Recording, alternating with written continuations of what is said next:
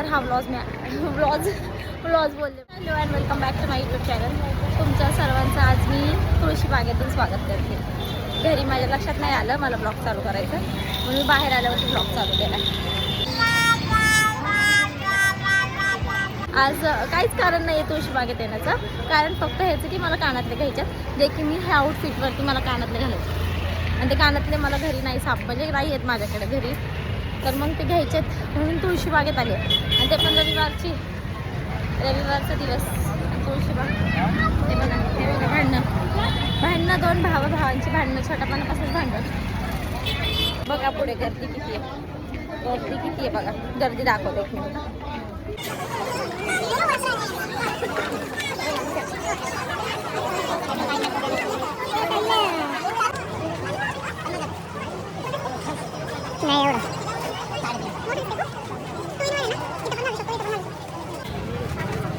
दिसून नाही द्यायचं.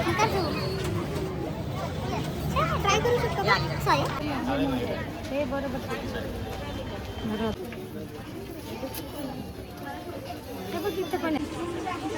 जो व्हाईट वाला बघ.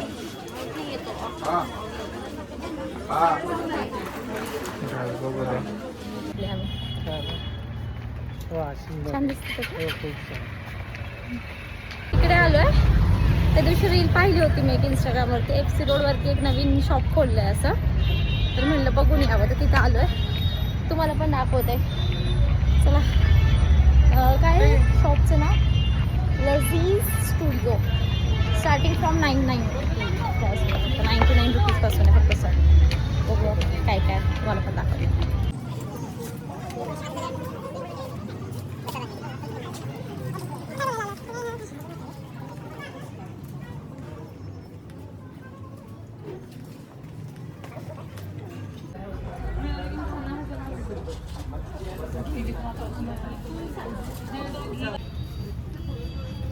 खूप असंच कळतं तो वाईट,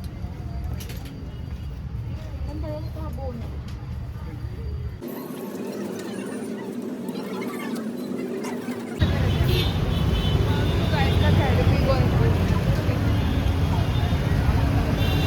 बुक फेस्टिवल आहे तिथे.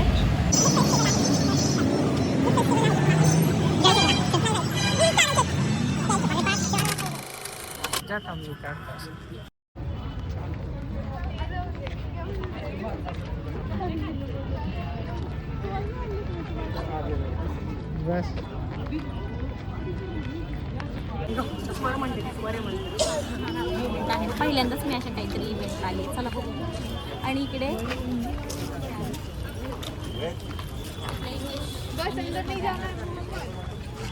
अल्फाबेट्स इंग्लिशचे इथे गाळला त्यांनी बी पासून चालू केलेला आहे. एवढ्या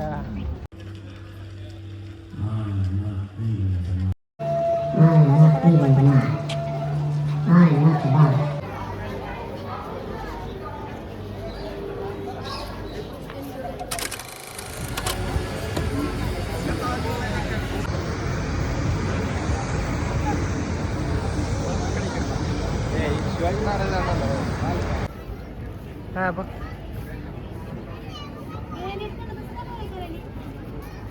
शेतकरी आणि काम हे जे पुस्तकामध्ये असेल हे सगळं, त्याच्यामध्ये मी इथं छायाचित्र लावलंय आणि इथे मला हे पुस्तक भेटलं फ्री.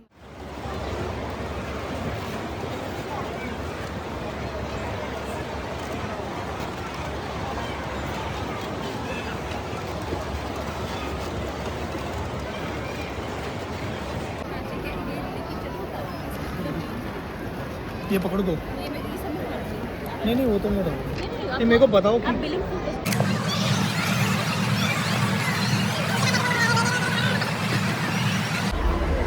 प्रत्येकाचं स्वप्न. मला लहानपणी बार्बीच्या बुक्स आणि बार्बीच्या गोष्टी खूप आवडायच्या आणि आता मोठे झाल्यावरती पण भेटते.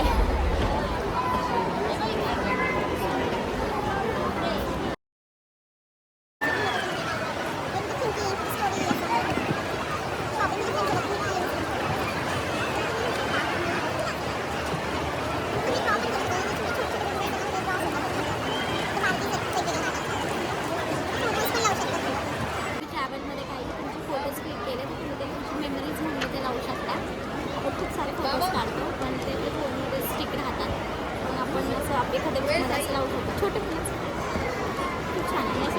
असं पर्स आहे.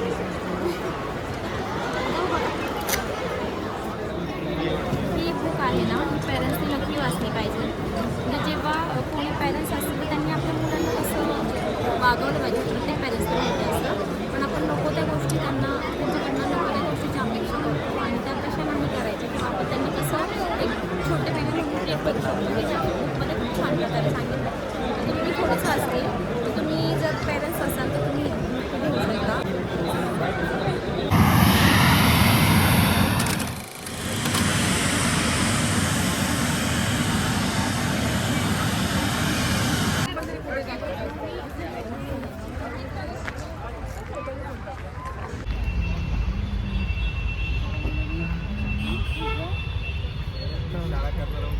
तांत्रिक कारणामुळे कारंजे बंद आहे.